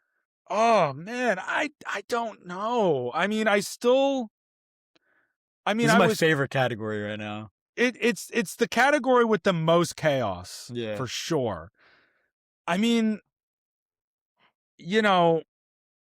maybe, I still think Penn and Del Toro will cancel each other out, right? I don't think so, but that's right. I wonder if maybe Jacob Elordi can come in. Here's the biggest thing that I wonder. If Benicio wins at SAG and Benicio, Stellan, Elordi, and Penn all come into the night with 1 precursor each, which would be insane. It would just be insane. Uh-huh. Does that not maybe open the door for Delroy Lindo to win the Oscar that night? I know it sounds crazy. They all have to win 1 award. Delroy Lindo, who is not really nominated anywhere else this year in this category, there's a lot of love for him in this movie. He's a veteran. He's been around a long time. A lot of people thought he was snubbed for Da 5 Bloods a few years back. He's got the narrative. And when you have a category in this much disarray where everyone is kind of canceling each other out with different precursors, and voters are going to look at it and say, well, maybe Lindo, right? Like, I don't know. Like, I'm at a point where I'm almost thinking it. I don't know that I'm going to predict it as of right now. I wouldn't hate it. But right now, I probably would still slightly lean Stellan. I don't think he's ever won an Oscar. The Academy loved Sentimental Value. They gave it a bunch of nominations. But, I'm not convinced, unless Penn can win at SAG, I'm not convinced that the BAFTA is enough for Sean Penn to win the Oscar. Sean Penn had never won a BAFTA before. So I wonder if the British Film Academy specifically was trying to give him one finally. Like, if he wins at SAG, he's probably my pick. If he doesn't win at SAG, I can't pick him off the BAFTA alone. And if Del Toro wins at SAG, my mind is going to be spinning. It's anybody's game. I'm almost rooting for it because it would be the biggest chaotic race we've had in years. But yeah, I don't know. I wouldn't. I'm just saying Delroy Lindo could maybe pull something out here. If Wouldn't he that wins, be awesome? Yeah, it would be awesome. But if he wins the Oscar, then that fucks with my Best Supporting Actress theory of like they're gonna give it to Wunmi Masako, not because she doesn't deserve it, but like this is the category to give it to Sinners. If they give Delroy Lindo, if they're planning on giving Delroy Lindo the Oscar, maybe they'd give it to Teyana Taylor. So I don't know. That's a good point. If they go with both Musaku and Delroy Lindo, that'd be fucking awesome. Does one battle after another walk away from the Oscars with 0 acting wins? Yeah, because again, that's the opposite of my Sinners thing. Is that I think that the one battle Oscar is gonna be, or at least acting Oscar is gonna be Best Supporting Actor. So I do think those are my like locks. Those are what I think really gonna happen. So would they cancel each other out? I don't know. We'll have to find out. Yeah, I mean, this is the best race that we have this year, for sure. Once Penn took that SAG award, I was like, what the fuck? I was like, this is nuts. It is nuts. I mean, I know you have locks because you're very confident, and I like that. This race is not a lock by any means right now. I know. I'm just very confident for some reason. This race is not a lock. I'm a gambling man. But dude, well, I think we made that clear off air. Yeah. I will say, like I said, though, if Penn wins at SAG, he becomes my new choice to win the Oscar that night. Yeah. But if he doesn't, I'm not sure I would feel confident predicting Sean Penn. Right now, before SAG, I'm still saying Stellan. Stellan cannot win a SAG. He is going into the Oscars with just the Golden Globe. Uh-huh. We'll see. Moving on from those, the two categories that are locked up, all but locked up, are the screenplays. Best Original Screenplay was won at the BAFTAs by Ryan Coogler for Sinners. I think it's all but locked up that Coogler will win the Best Original Screenplay at the Oscars this year. Best Adapted Screenplay, Paul Thomas Anderson, One Battle After Another. He hasn't really lost anywhere to this point. I don't think the DG or the there's so many Guild Awards. The WGA hasn't happened yet. So if there's a big upset at the WGA on March 7th, that could maybe change my opinion heading into the Oscar night. As of now, Sinners and One Battle seem to have those all but locked up. Best Animated Film went to Zootopia 2. Now, it's important to note that K-Pop Demon Hunters was not nominated at the BAFTAs. Okay. So I don't think that this really changes anything for them. No. Zootopia 2 has a chance. I don't think, though, it really changes K-pop. No. And then two other important, or some of the other important ones here. Best Documentary. I know we're all expecting it to be The Perfect Neighbor. The BAFTA went to Mr. Nobody Against Putin. So Was Perfect Neighbor nominated? It was nominated. Okay. I still, as of this time, think The Perfect Neighbor will win it, but there is some competition there. Yeah. Best Film, not in the English language, went to Sentimental Value. I know a lot of people have been saying, The Secret Agent, because it won at the Golden Globes. Wagner Moura has a chance at the Oscar, too. I didn't even think we considered that for Best Actor, but Sentimental Value did very well on Oscar morning. I think it's the more likely outcome of the two. Secret Agent could still win, but they're going to give Sentimental Value something at the Oscars this year. Yeah, for sure. So I imagine it will be international film. Best Cinematography, Best Editing, both went to One Battle After Another. One Battle, not a surprise. That should be all but locked up. Yeah. Cinematography, it sounds like that's the new favorite. I personally think Sinners should win. Hell, I even think Train Dreams has better cinematography. I don't think Train Dreams is going to win, but I thought this was a Sinners category. It could still go either way. We'll have to see at some of the technical awards that happen, I'm not even sure of all their names, but, if this big cinematography award ends up going to One Battle, that's probably going to take it on Oscar night.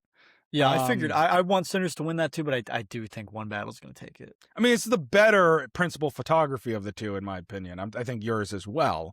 What's Sinners? Yeah. Yeah. But, costume, makeup, and production design all went to Frankenstein at the BAFTAs. That is all but locked up at the Oscars. Frankenstein will take those. Best score went to Ludwig Göransson for Sinners. That's all but locked up at this point. Ludwig Göransson will be coming for another Oscar. Best sound went to F1.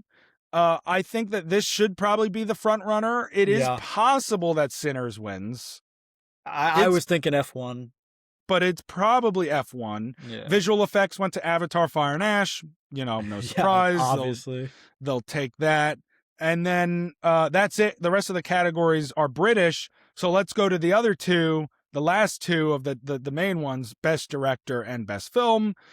Both went to One Battle After Another. Paul Thomas Anderson, at this point, I think has director pretty locked up as well. I do too. Even if One Battle doesn't win Best Picture at the Oscars, I think Paul Thomas Anderson has director locked up.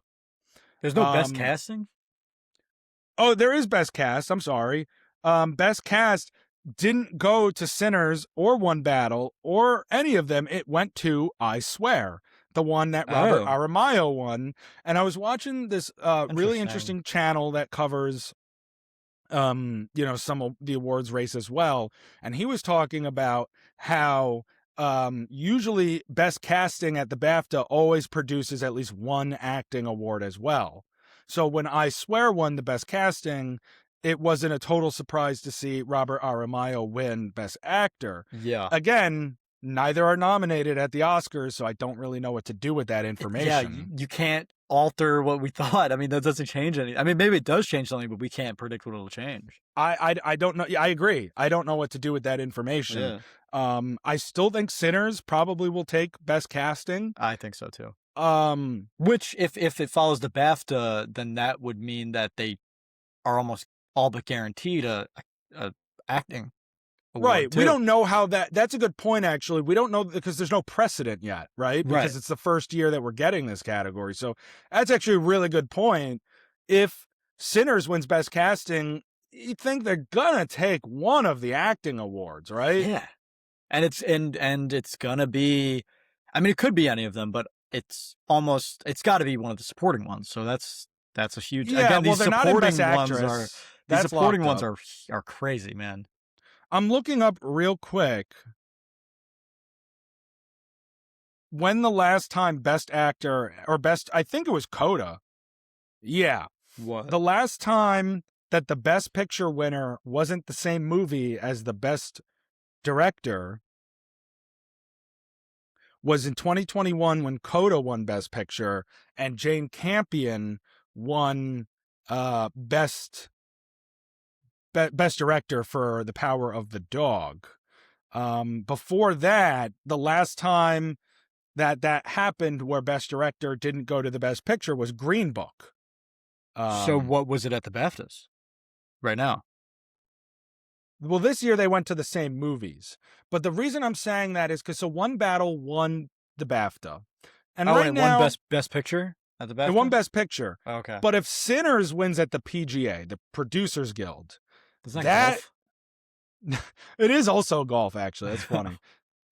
If Sinners wins Best Film at the PGA, that is a very large voting body for the Oscar. It might jump in front as a potential frontrunner for Best Picture at the Oscars, even though PTA pretty much has director locked up. Like, I don't think Coogler can win that at this point. I don't think so either, but a Sinners Best Picture win would go crazy hard, dude. It would. It absolutely would. Make me crazy hard.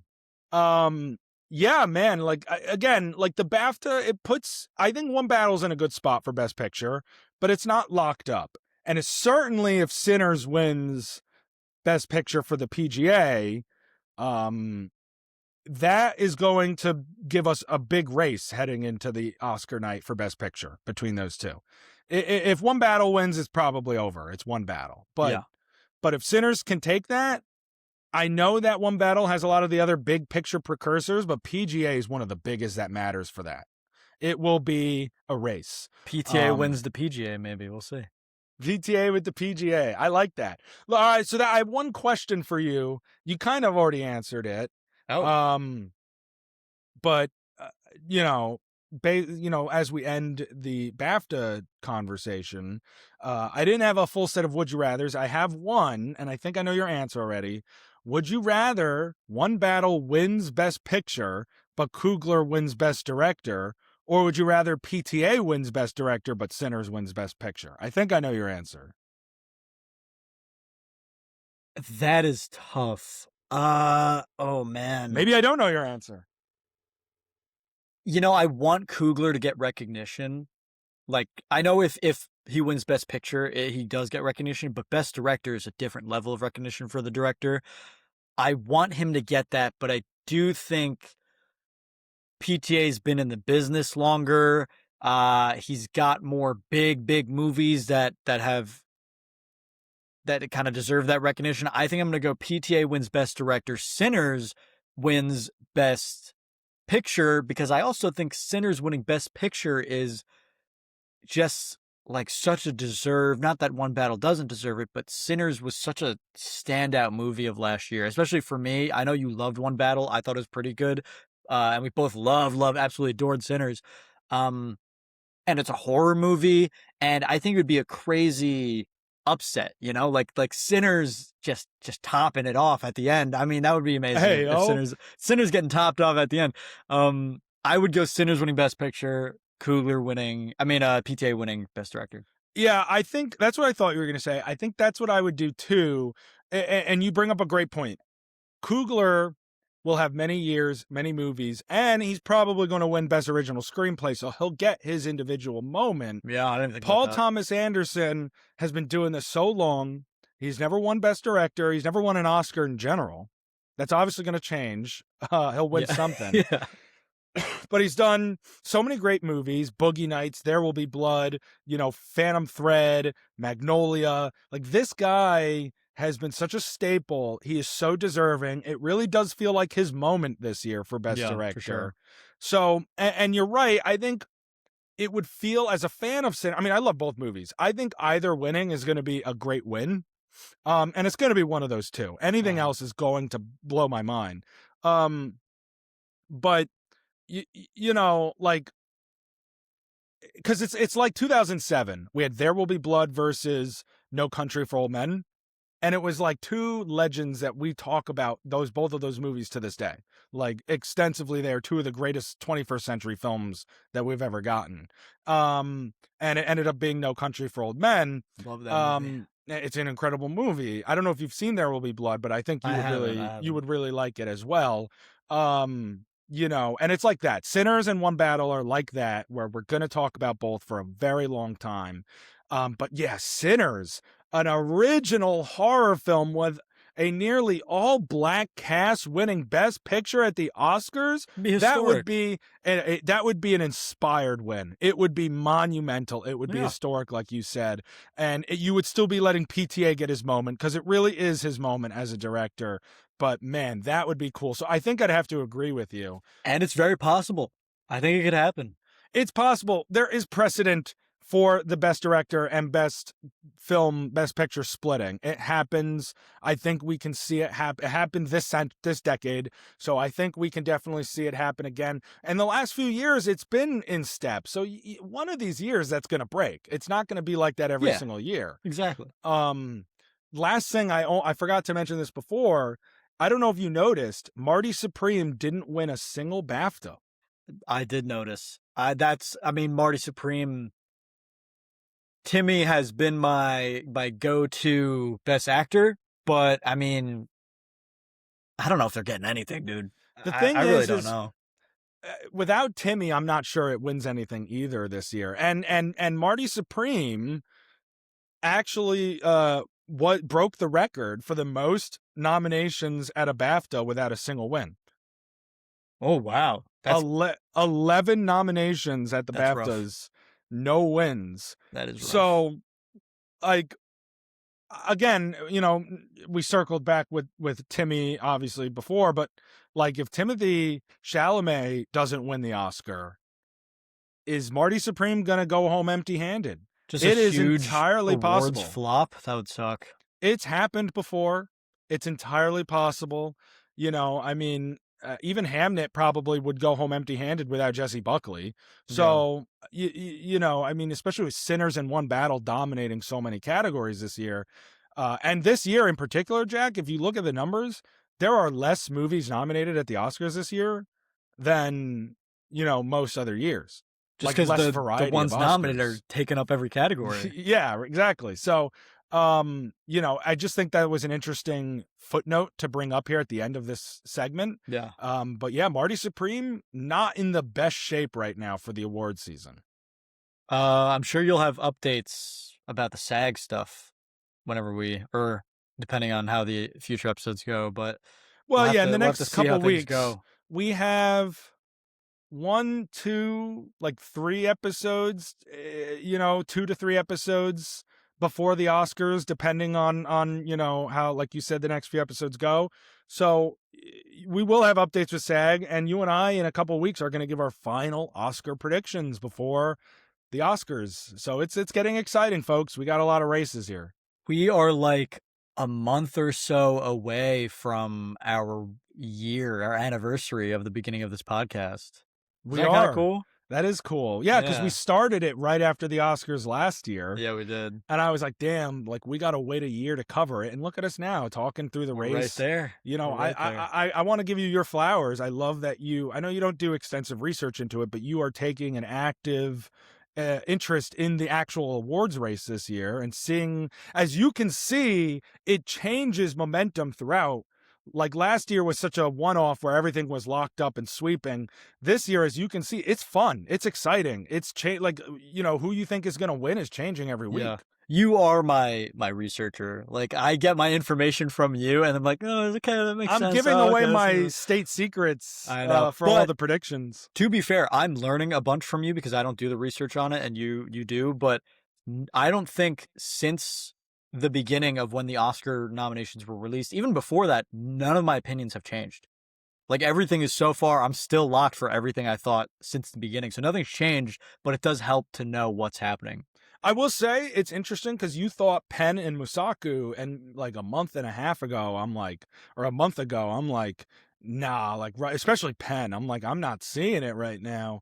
I'm still locked on them. The BAFTA win just completely changes. It's possible. And again, if he wins SAG, suddenly I think we're looking at Yeah. Penn as the favorite. If he loses SAG, especially to Benicio, which I'm kind of rooting for the chaos, I genuinely will. You and I will have to admit there is no favorite coming into the night. Yeah, there will not Every be, but single big nominee outside of Lindo would have one precursor. that makes So Lindo the favorite. He's the only one who needs an it award. almost would make me pick Delroy Lindo because I'd be like, well, fuck it. I don't know what's going on. Give him one to everybody. So anyway, that's the BAFTA Awards, the 2026 BAFTAs. Congrats to all the winners. We are getting closer to the Oscars, and I don't know about you, but I feel the excitement. The energy is there. Hyped. Very hyped. It's going to be a great night. So everyone remember the Oscars are what, March 15th, 16th? Whatever that Sunday, like that. whatever that Sunday is. I want to say 15th. I think you're right. March 15th, hosted by Conan O'Brien. Everyone check it out. If you listen to this podcast, then I'm sure you're going to check it out. But it's a great time. We record on Mondays. We're recording the Monday after that. That is going to be a big episode for us. I mean, that's going to be the episode. That comes out. That episode will come out March 18th. That's going to be a huge episode. So definitely be on the lookout for that. That's going to be exciting. I'm looking forward to it, Jack. This has been my favorite stuff on the podcast is the Oscar stuff, I think, just because it's so much all fun. The movies that we've reviewed throughout the year. This is what it's coming to. I know. It's so much fun. All right. Well, why don't we wrap this episode up with some Seesaw?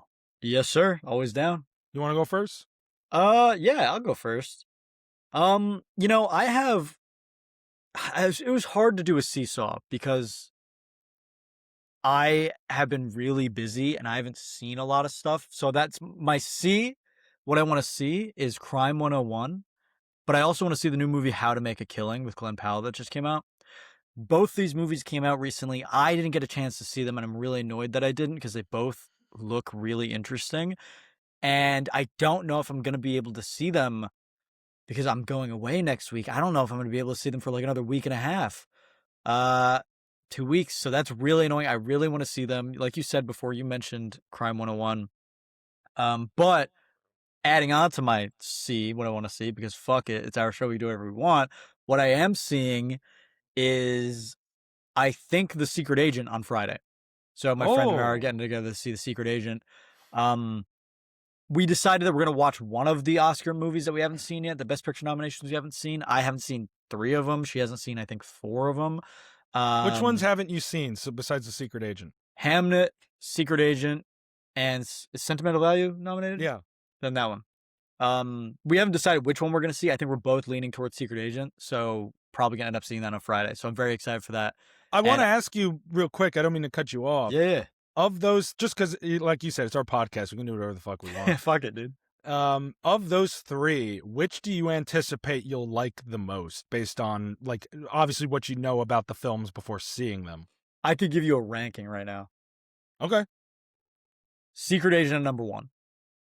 I think the idea of it is really, really interesting. Then, honestly, I don't know I think I might say Sentimental Value, then Hamnet last. I just don't seem. I'm just not super interested in what I've seen from Hamnet. I know it's amazing, performances are great, but I'm just not super excited to watch it. But I will eventually before the Oscars. And What? the person I'm going to see Secret Agent with has already seen Hamnet, so that's not something we're even talking about watching this week. We're just going to watch Secret Agent because neither of us have seen it. I'll tell you this much: whether or not you love the movie as much as me, is the jury's out. The ending is undoubtedly one of the best scenes of the year, though. I think you'll still think that. Like, Okay, I think I you'll hope I do. see.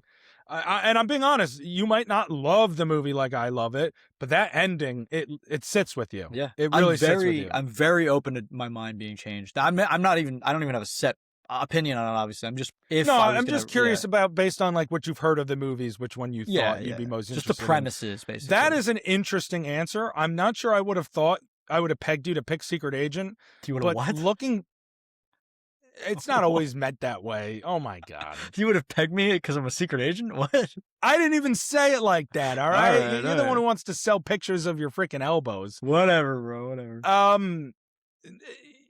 Looking at it, though, you might actually like the movie more than I did. Like, and I liked it. It was actually my least favorite of the 10, though.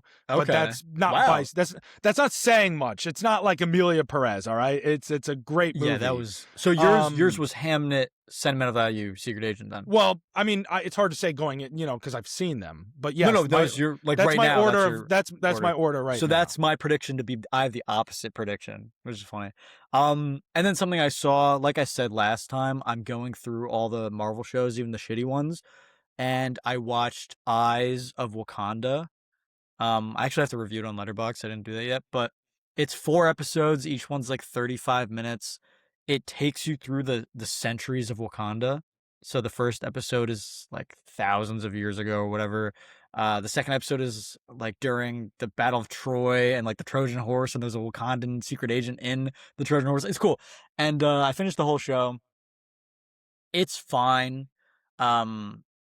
Marvel, again, like I said with your friendly neighborhood Spider-Man, they love the 3D animation. I think it just looks bad, and it almost takes me out because I'm like, damn, this just could have looked better.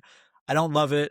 Eyes of Wakanda, it's a quick watch. I'd recommend watching it. It gives Wakanda a really cool history, but... Well, now, wait a minute. Is X-Men 97 3D or 2D? 2D.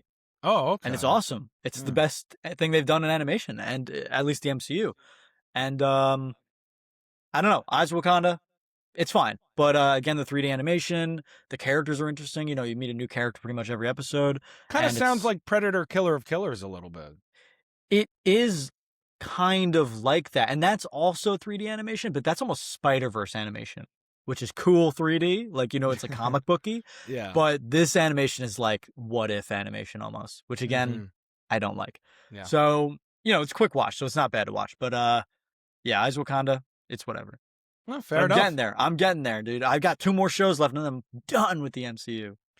You're done forever. You're like, I'm not seeing Spider-Man. I'm done. Okay. Well, something I saw recently, we talked a little bit about it, was If I Had Legs, I'd Kick You. As I'm working through all these Oscar-nominated films, I've seen all the Best Picture nominees, trying to work through some of the other ones now. So I watched that, and this is definitely an odd movie. Rose Byrne, as advertised, incredible in the film. Conan O'Brien. It's an interesting thing for Conan to do. I mean, I can't believe he's in this movie. I mean, the movie is like marketed as like a dramedy, the comedic elements. I suppose it sort of does. I don't really see it. Like when I watched it, I didn't really feel that. Certainly Conan wasn't playing to his comedic style, which I was fine with, because I was wondering, I was like, am I going to be watching this and it's just Conan the whole time? And it is, but he's not being Conan, so it works. You know what I mean? It didn't take you out of it being like, it didn't, obviously I'm sitting there and I'm like, this is Conan, because Conan is so, distinct visually. Yeah, it's iconic as himself. But he plays a therapist in the movie, and he's pretty good. He's showing a little bit of range, I mean, I would love to see him in his post talk show career doing stuff like this some more. He definitely would be the worst fucking therapist ever. He is such a bad therapist. Like, his character was like, I would not hire you to be my therapist. You know, in the film is really focused on, you know, like just this mother and the suffocating feeling of different issues in life. And it does set out to accomplish that. I don't think it resonated with me on a level that I had hoped. You know, I didn't love the movie, but it was good, and it had good elements to it, and it had a great performance from Rose Byrne. And if it wasn't for Jessie Buckley with a generational performance, Rose Byrne would probably be the best in that category for sure. So she's deservingly the runner-up. But ultimately, you know, the movie was fine. I thought it made its point for sure. But I didn't love everything about it. ASAP Rocky is also in it, by the way. I don't know if you knew that. I did not know that. ASAP Rocky is in that ASAP movie. Rocky's in this. Travis Scott is in The Odyssey. Yeah, It's man. crazy. What are we even doing here? And then something I want to see is season 2 of Ted on Peacock. I watched the first season of that last, you know, year or 2 years ago, whenever that came out. It was hilarious. It is miles better than the movies. Like, the movies are funny, but they're not really good. Good take, dude. You know what I mean? Like, they have good jokes, right? But they're not good movies. Yeah. The show was actually a good show. It's hilarious. It's hilarious, and it's well written, and the supporting characters are great. And I've seen the trailer for the new season. I don't know if you have. I have, yeah. And it looks really good. It looks consistent. And that's what I want from this. It's not like my number one show. You know, we're talking about Ozyspamdias. You know, it's not fucking Ozyspamdias. But Maybe. hey, shit, you know, if they review bomb, you know, I'll review Hike It. But no, like, it looks consistent from the first season. That's all I want, is just a show that I can put on. It's like 25-minute episodes, whatever. You just sit back, have fun. And I think it's going to be great. I'm really looking forward to it. It's one of the better Peacock shows, and it's something that they could just keep doing. You know what I mean? Just like, fuck it, you know, keep making more of this. So I'm very excited for Ted season 2 coming out next month. We got some great shows in March, man. We got Ted season 2, Invincible season 4, Daredevil Born Again season 2. There's some other stuff coming out in March. It's gonna be a great month. Yeah, we're looking ahead to some, you know, we talk a lot of movies. We haven't talked too much TV lately on here like we did a few months back, but there is some great stuff coming out, and I'm looking forward to all of it. But for this week, I wanted to highlight Ted. That's so good. I totally forgot about that. That's a great pull. All right, buddy. That's the end of our episode. Thank you to all the sexy MFs listening to this, and we love you, and we want you to follow us and like and subscribe and all that shit at Box Office Dynasty. Everything you can find, all social media platforms. Instagram, YouTube, Spotify, what else we got? TikTok, Apple TV, Apple Music. I said that last week too. Apple TV? Yo, we got our own show? We got a new TV show coming out. It's a documentary about us. That'd be one boring documentary. Common Bible study numbers. I know this was the off week, but next episode, Jack and I, you know, when we're together, we're going to review the latest Bible study film, which is all about Eve. So, you know, please keep commenting numbers wherever, you know, on any of our clips, social media between 23 and 1265. And the next film we watch may be the one that you commented.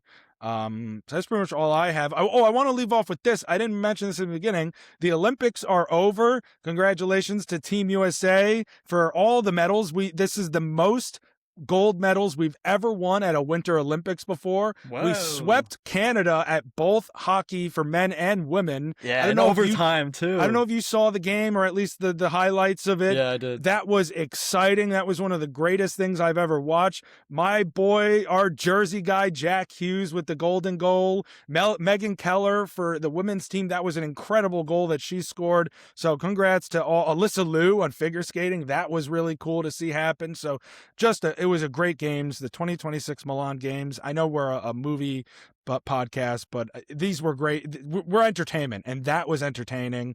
That was incredible stuff. So congrats to everyone. I just need to shout out USA. Yeah. Hell yeah.